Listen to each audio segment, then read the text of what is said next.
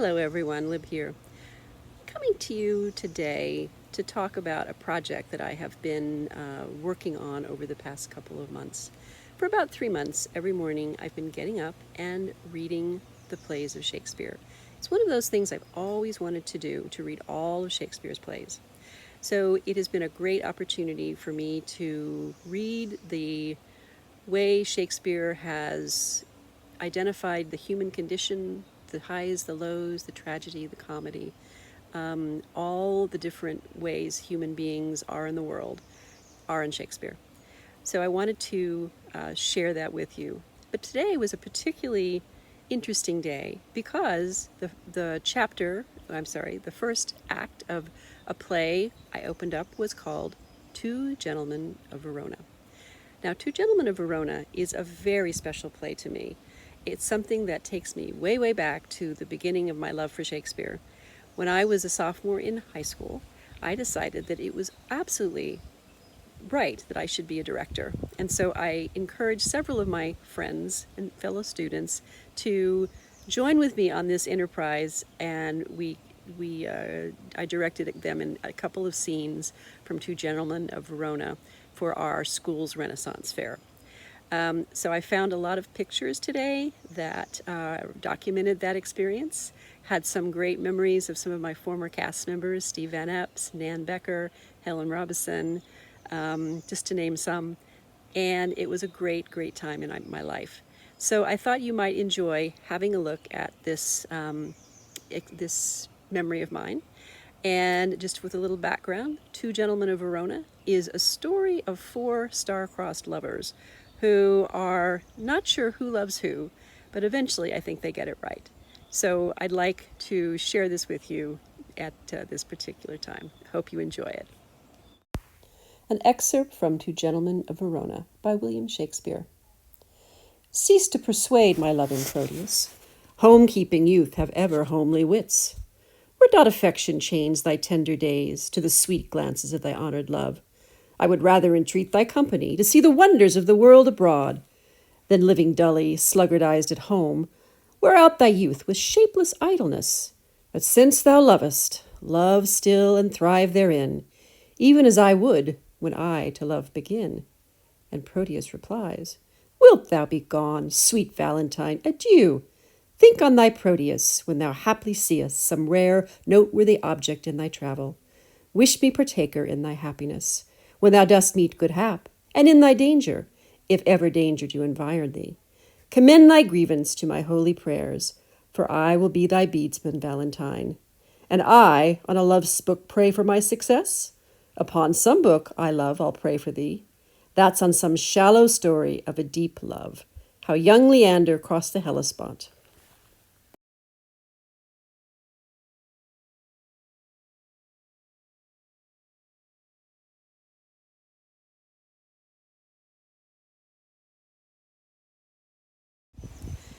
And so, my friends, I'd like to close out by reading another scene that I enjoyed very much, a scene between Lucetta and Julia. Julia is the beloved of Proteus, and Lucetta is Julia's maid. They have received a letter from Proteus expressing his profound love for Julia.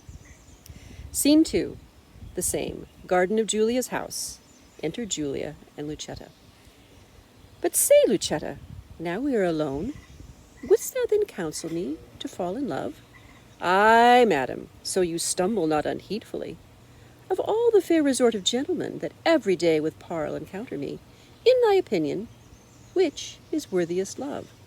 Please you repeat their names. I'll show my mind, according to my shallow simple skill. What think'st thou of the fair Sir Eglamour? As a knight, well spoken, neat and fine, but were I you, he never should be mine. What think'st thou of the rich Mercatio? Well of his wealth, but of himself, so. What thinkest thou of the gentle Proteus? Lord, Lord, to see what folly reigns in us. How now? What means this passionate name? Pardon, dear madam, 'tis a passing shame, that I, unworthy body as I am, should censure thus on lovely gentlemen. Why not on Proteus, as of all the rest? Then thus, of many good, I think him best. Your reason? I have no other reason but a woman's reason. I think him so, because I think him so. And wouldst thou have me cast my love on him? Ay, if you thought your love not cast away. Why, he, of all the rest, hath never moved me, yet he, of all the rest, I think best loves ye. His little speaking shows his love but small. Fire that's closest kept burns most of all. They do not love that do not show their love. Oh, they love least that let men know their love. I would I knew his mind. Peruse this paper, madame. To Julia, say from whom. That the contents will show. Say, who gave it thee?